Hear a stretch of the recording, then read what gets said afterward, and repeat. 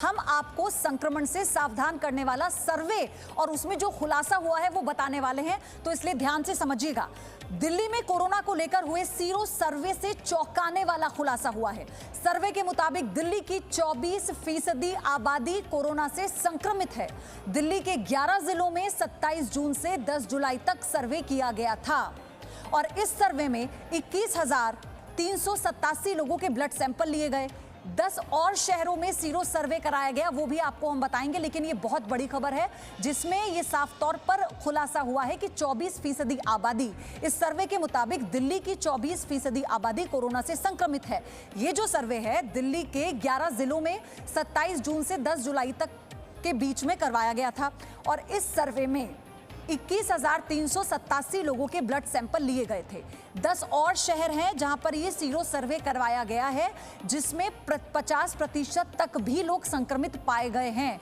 तो ये एक बड़ा खुलासा दिल्ली को लेकर, और क्योंकि बार बार ये कहा जा रहा है कि क्या हम सामुदायिक संक्रमण की तरफ कोरोना को लेकर आगे बढ़ रहे हैं, हालांकि इसकी पुष्टि नहीं की जा रही। आईसीएमआर की तरफ से भी, स्वास्थ्य विभाग की तरफ से भी, स्वास्थ्य मंत्रालय की तरफ से भी लगातार ये कहा जा रहा है कि सामुदायिक संक्रमण नहीं है अभी तक भारत में। तो फिलहाल ये एक बहुत बड़ी खबर है, बहुत बड़ा खुलासा है। हम आपको इसके बारे में समझाएंगे कि आखिर ये सीरो सर्वे क्या होता है और इससे इस खुलासे के मायने क्या हैं, कि क्या ये जो खुलासा हुआ है 24% लोगों के संक्रमित होने का, क्या ये डराने वाला है, क्या इससे डरने की जरूरत है। हम ये सारी जानकारी आपके साथ साझा करेंगे। तो मेरे साथ मेरी सहयोगी पूजा मक्कड़ जुड़ चुकी हैं और साथ ही डॉक्टर MC मिश्रा, पूर्व डायरेक्टर हैं एम्स के, हमारे साथ जुड़ चुके हैं। सर, आपका स्वागत है। लेकिन पूजा, सबसे पहले ये जो रिपोर्ट आई है सर्वे की, इसके बारे में और जो डिटेल्स हैं वो आप दर्शकों के साथ साझा कीजिए।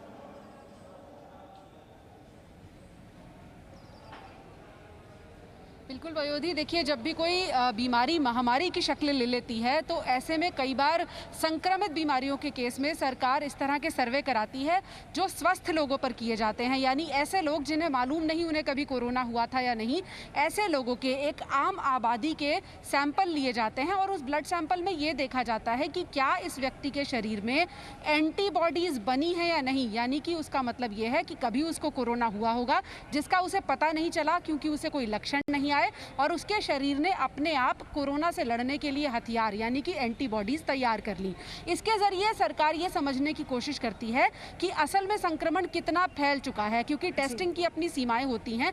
टेस्टिंग 135 करोड़ लोगों पर नहीं की जा सकती, उसकी बहुत सी सीमाएं हैं। लेकिन इस ब्लड सैंपल के जरिए ये समझा जा सकता है कि किसी इलाके में कितना संक्रमण फैला है। तो 10 शहर चुने गए देश के, वो 10 शहर थे जिनमें पहले से कोरोना वायरस का प्रकोप ज्यादा है। इसमें दिल्ली है, इसमें मुंबई है, अहमदाबाद है, चेन्नई है, पुणे है, सूरत है। तो वो शहर जहां बहुत ज़्यादा हद तक कोरोना फैला है, ये समझने की कोशिश की गई कि असल में संक्रमण कितना है। दिल्ली में जो 24% का आंकड़ा निकल कर आया है 11 जिलों से, इसमें दो बातें हैं। इसमें एक अच्छी बात यह है कि 24% कोई बहुत बड़ा आंकड़ा नहीं है, क्योंकि सूत्र ये बता रहे हैं कि कई जगहों पर 40-50% तक भी संक्रमण देखा गया है। औसत 30% के करीब देश का निकल कर आ रहा है, लेकिन ये अभी अपुष्ट खबरें हैं। दिल्ली की जो पुष्ट खबर है वो ये बता रही है कि 24% आबादी को संक्रमण हो चुका है। दूसरी अच्छी बात यह है कि बहुत से लोग अपने आप ठीक हो गए, उनको कोई दिक्कत नहीं आई। इससे यह भी पता चलता है कि जो बार बार कहा जा रहा है कि एशिया में, खासतौर पर भारत में, कोरोना के खिलाफ एक सर्टेन इम्यूनिटी है, हमारा शरीर पहले से इस वायरस के लिए कुछ हद तक तैयार है, वो भी ये सर्वे साबित करता है। MC मिश्रा सर, इस सर्वे को हम कैसे समझें? अगर सिर्फ मैं दिल्ली की बात करूं, क्योंकि और भी कई शहर हैं जहां पर ये सर्वे किया गया और जहां पर जो प्रतिशत रहा संक्रमण का वो 50% भी रहा, इस तरह की भी खबर है। लेकिन 24% दिल्ली में रहना, इसे कैसे समझेंगे हम? नहीं, ये बहुत इम्पोर्टेंट और बहुत महत्वपूर्ण सर्वे है जो 27 जून और 10 जुलाई के बीच किया गया, जब हमारे पैंडेमिक को लगभग 4.5 महीने पूरे हो रहे हैं।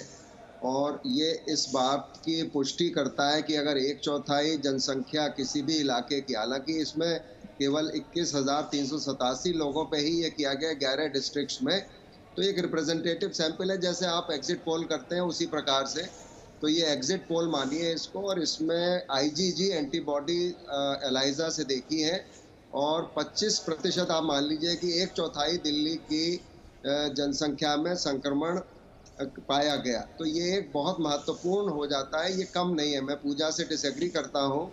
24% अगर 25% एक चौथाई आबादी को संक्रमण हुआ है तो ये बहुत महत्वपूर्ण हो जाता है, बहुत इम्पोर्टेंट है, ये इनसिग्निफिकेंट नहीं है।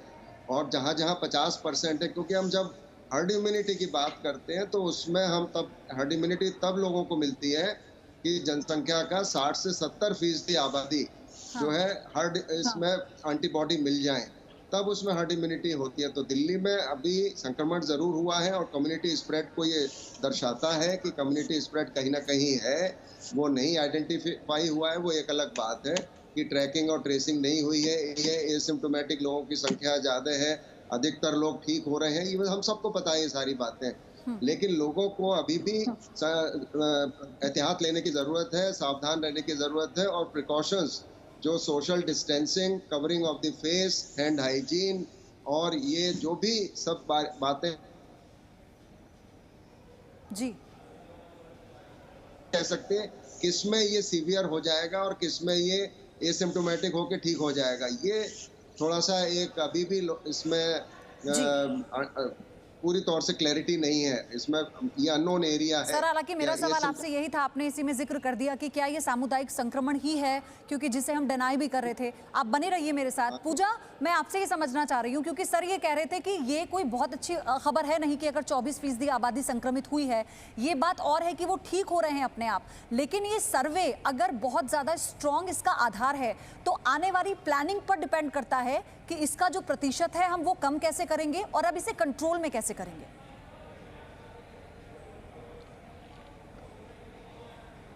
बिल्कुल पयोधी, इसमें दो बातें हैं। 24% का आंकड़ा, जैसे डॉक्टर मिश्रा ने कहा, वाकई बड़ा आंकड़ा है, ये छोटा आंकड़ा नहीं है। अच्छी बात सिर्फ इसमें इतनी है कि बहुत सारे लोग अपने आप ठीक हो गए, उन्हें अंदाज़ा भी नहीं हुआ कि उन्हें कोरोना हुआ। लेकिन आपका सवाल ये है कि अब बचाव कैसे होगा, तो मैं ये जी न्यूज़ के दर्शकों को भी बताना चाहूँगी कि कल फिर से विश्व स्वास्थ्य संगठन ने जो प्रेस कॉन्फ्रेंस की, उसमें बार बार इस बात पर जोर दिया कि कॉन्टैक्ट ट्रेसिंग कीजिए, चाहे कितने भी लोगों में हो जाए, चाहे कम्युनिटी ट्रांसमिशन क्यों ना हो जाए। 11 लाख के आंकड़े को भारत ने पार कर लिया है, 11,55,000 का आज का आंकड़ा है, तो भी कॉन्टैक्ट ट्रेसिंग कीजिए, टेस्ट कीजिए। भारत में इस वक्त तकरीबन 1300 लैब हैं जो टेस्ट कर रही हैं। जब कोरोना का संक्रमण हुआ था तो 100 लैब थी आज से 5 महीने पहले। लेकिन अभी भी 135 करोड़ की आबादी में कितने टेस्ट किए जाएंगे? क्या 11,55,000 से ज़्यादा लोगों का कॉन्टैक्ट ट्रेस करना भारत जैसे देश में मुमकिन भी है या नहीं? ये बड़े सवाल अभी भी हमारे सामने खड़े हैं। और अगर इस संक्रमण को रोकना है, जो कि ये सीरो सर्वे बता रहा है कि एक शहर की 1/4 आबादी को कोरोना हो चुका है, तो इस वक्त और ज्यादा टेस्ट, यानी हर किसी के टेस्ट की जरूरत है। दोनों ही आपके मेरे जिसका कोई लक्षण नहीं है, कोई एक चुनौती के रूप में भी आप इस सर्वे को देख लीजिए, उसकी क्योंकि जरूरत है। आंकड़े जो हैं ये डराते भी हैं कहीं ना कहीं, लेकिन एक राहत की बात यह है कि इसमें लोग अपने आप ठीक हुए हैं, उनका जो रिकवरी रेट है वो बहुत ज्यादा है। एमसी मिश्रा सर, अब इस सर्वे को लेकर आगे की जो प्लानिंग है वो किस तरह से होनी चाहिए? और दिल्ली की अगर मैं बात करूं तो दिल्ली में ऐसा हुआ है कि पहली बार 1000 से कम मामले दर्ज किए गए हैं, तो उसमें भी नियंत्रण आ रहा है। बिल्कुल, ये उसी का नतीजा है जो टेस्ट बढ़े हैं, जैसे आपने कहा, और अब एंटीजन टेस्ट भी आ गया है।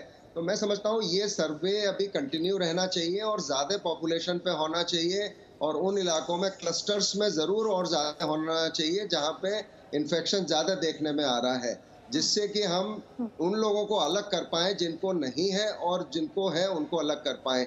तो दोनों एंटीजन टेस्टिंग, आरटी-पीसीआर और ये सर्वे, ये बराबर चलते रहने चाहिए वॉर फुटिंग पे, सभी जगहों पे जहां जहां पे भी क्लस्टर्स हैं, और तभी हमें इस पर रोक लगाने में मदद मिलेगी और रीएश्योरेंस भी होगा कि ठीक है, कम्युनिटी स्प्रेड हुआ है लेकिन इतना घातक नहीं साबित हुआ है ये।